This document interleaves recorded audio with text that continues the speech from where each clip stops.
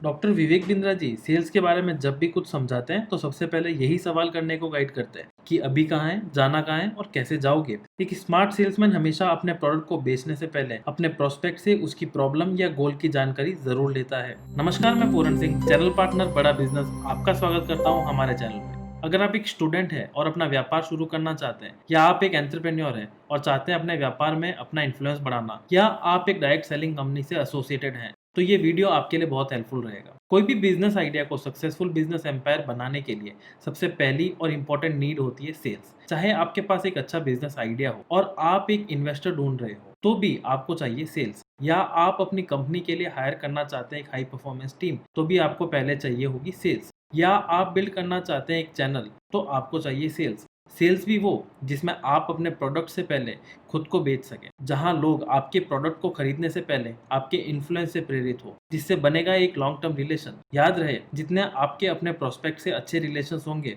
उतनी आपकी product repurchase value बढ़ेगी। आज के इस वीडियो में मैं आपको पर्सनल सेलिंग के 6 स्टेजेस बताऊंगा, जिन्हें आप इम्प्लीमेंट कर one on one table sales सीख सकते हैं। अगर आप इस टेक्निक में अव्वल हो जाते हैं, तो आपके बेरोजगार रहने के चांसेस बिल्कुल कम हो जाते हैं।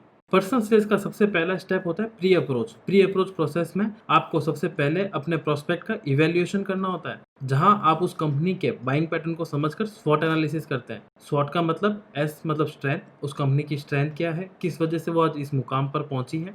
डब्ल्यू मतलब वीकनेस, वीकनेस का मतलब उसमें क्या क्या कमियां हैं, किस वजह से वो अभी तक और ग्रो नहीं कर पा रहे हैं। ओ मतलब अपॉर्चुनिटी, उसे और क्या नया करना चाहिए जिससे वो एक अच्छे लेवल पे पहुंच सकती है। टी माने थ्रेट्स, थ्रेट्स माने अभी वो अपने गोल को अचीव करने में क्या मुश्किलों का सामना कर रही है, अभी उसके कंपटीशन कौन है। ये सारे प्रकार के क्वेश्चंस थ्रेट्स में आते हैं। प्री अप्रोच के बाद पर्सनल सेल्स का दूसरा स्टेप होता है प्रोस्पेक्टिंग, जहां आप अपने क्लाइंट से फोन, मीटिंग या ईमेल फॉर्म के द्वारा यह जानने का प्रयास करते हैं कि आपका प्रोस्पेक्ट आपके प्रोडक्ट के लिए क्वालिफाइड है या नहीं है। इस प्रोसेस में आप यह जानने का प्रयास करते हैं कि किस प्रकार आपका प्रोडक्ट आपके क्लाइंट को हेल्प करेगा। प्रोस्पेक्टिंग के प्रोसेस को और एफिशिएंट बनाने के लिए आप बेंट टेक्निक का उपयोग कर सकते हैं। बेंट, बी माने बजट, ए माने अथॉरिटी, एन मतलब नीड, टी मतलब टाइम।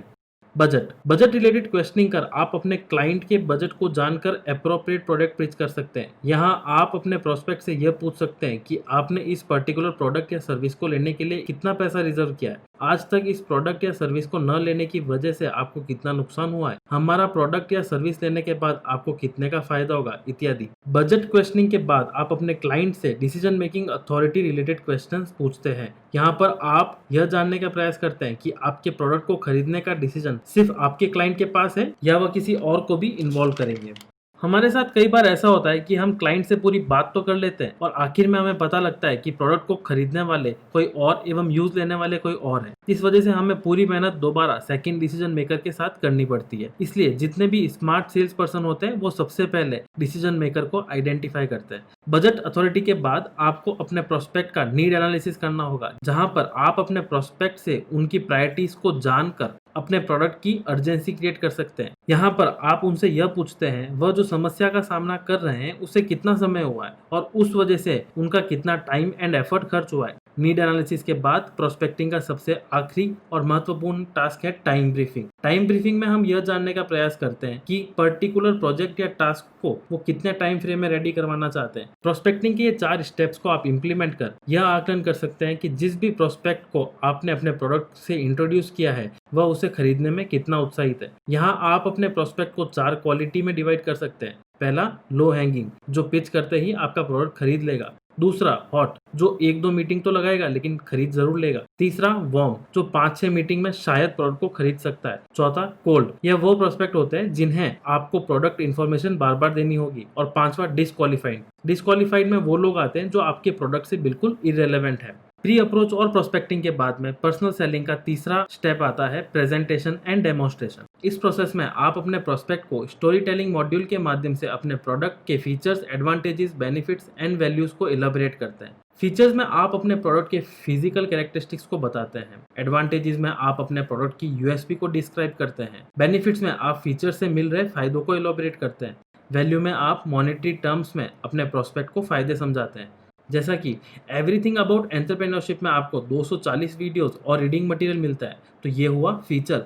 इसी प्रोग्राम में आपको देश के बड़े बिलियनर एंटरप्रेन्योर से सीखने को मिलता है, तो यह हुआ एडवांटेज। और यह प्रोग्राम सीख कर और बिजनेस में इम्प्लीमेंट करके आप अपना बिजनेस बड़ा कर सकते हैं, तो यह हुआ बेनिफिट। और यही प्रोग्राम आपको मात्र 1500 रुपये महीना यदि आप बिजनेसमैन हैं और 750 रुपये प्रति महीना यदि आप स्टूडेंट हैं, तो यह हुआ वैल्यू क्रिएशन। अमूमन सेल्समैन अपने प्रोडक्ट के फीचर्स को ही एलोबरेट करते हैं, जिस वजह से उनकी परफॉर्मेंस कम हो जाती है। हाई परफॉर्मेंस एंड क्लोजर्स के लिए आपको फीचर्स के साथ साथ बेनिफिट्स पर भी फोकस करना अति आवश्यक है। पर्सनल सेलिंग का हमारा अगला टास्क रहता है overcoming the objections. Handling objections is the most important part of the sales. आप जब भी अपने प्रोस्पेक्ट को अपना प्रोडक्ट पिच करते हैं, 90% चांसेस यही रहते हैं कि वह आपके लिए ऑब्जेक्शन तैयार रखें। स्मार्ट सेल्समैन ऑब्जेक्शन से ही क्वेश्चनिंग रेस करता है। ऑब्जेक्शन दो प्रकार के होते हैं। पहला साइकोलॉजिकल ऑब्जेक्शन। इस प्रकार के ऑब्जेक्शन में आपका प्रोस्पेक्ट आपको ब्रांड से कंपेयर करेगा। मान लीजिए आप मारुति एर्टिगा के लिए एक प्रोस्पेक्ट से मिलते हो, जहां आप उसे बताते हो एर्टिगा फ्यूल एफिशिएंट है, स्पेसिंग में भी अच्छी है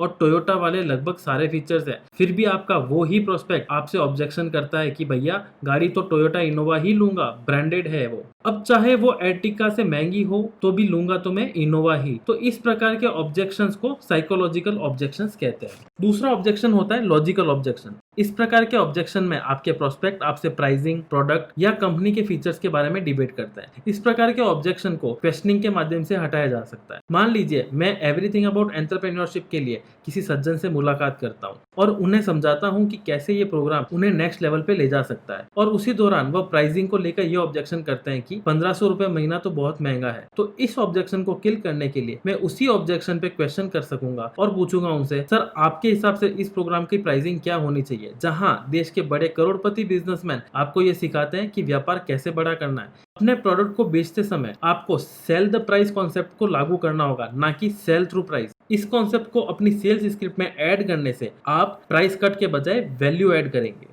ऑब्जेक्शंस के बाद अगला स्टेप है क्लोजिंग। अगर आपका प्रोडक्ट कस्टमाइजेबल है तो एक आदर्श सेल्समैन होने के नाते और अपने क्लाइंट से अच्छे संबंध बनाने हेतु आपको अपने से माइनर चॉइसेस और बेटर सजेशंस देने होंगे। जैसा कि डॉक्टर विवेक बिंद्रा हमेशा बताते हैं, कंज्यूमर डिलाइट से आता है कंज्यूमर इनसाइट। यहाँ आपको अपने क्लाइंट को कुछ फ्रीबीज या एडिशनल क्वांटिटी देकर अरे वाह मोमेंट क्रिएट करना जरूरी होगा। क्लोजिंग के बाद आखिरी स्टेप रहता है follow up and maintenance. Follow up and maintenance आपके कस्टमर सेटिस्फेक्शन और रिपीट बिजनेस के लिए बहुत महत्वपूर्ण है। हालांकि रिव्यू प्रोसेस आपके डिपार्टमेंट का नहीं होता, परंतु फिर भी अपने क्लाइंट से फ्रीक्वेंट प्रोडक्ट रिव्यू भी लेना चाहिए, जिससे आपकी क्रेडिबिलिटी और बढ़ेगी। तो आज के इस वीडियो में मैंने आपको पर्सनल सेलिंग के बारे में बताया।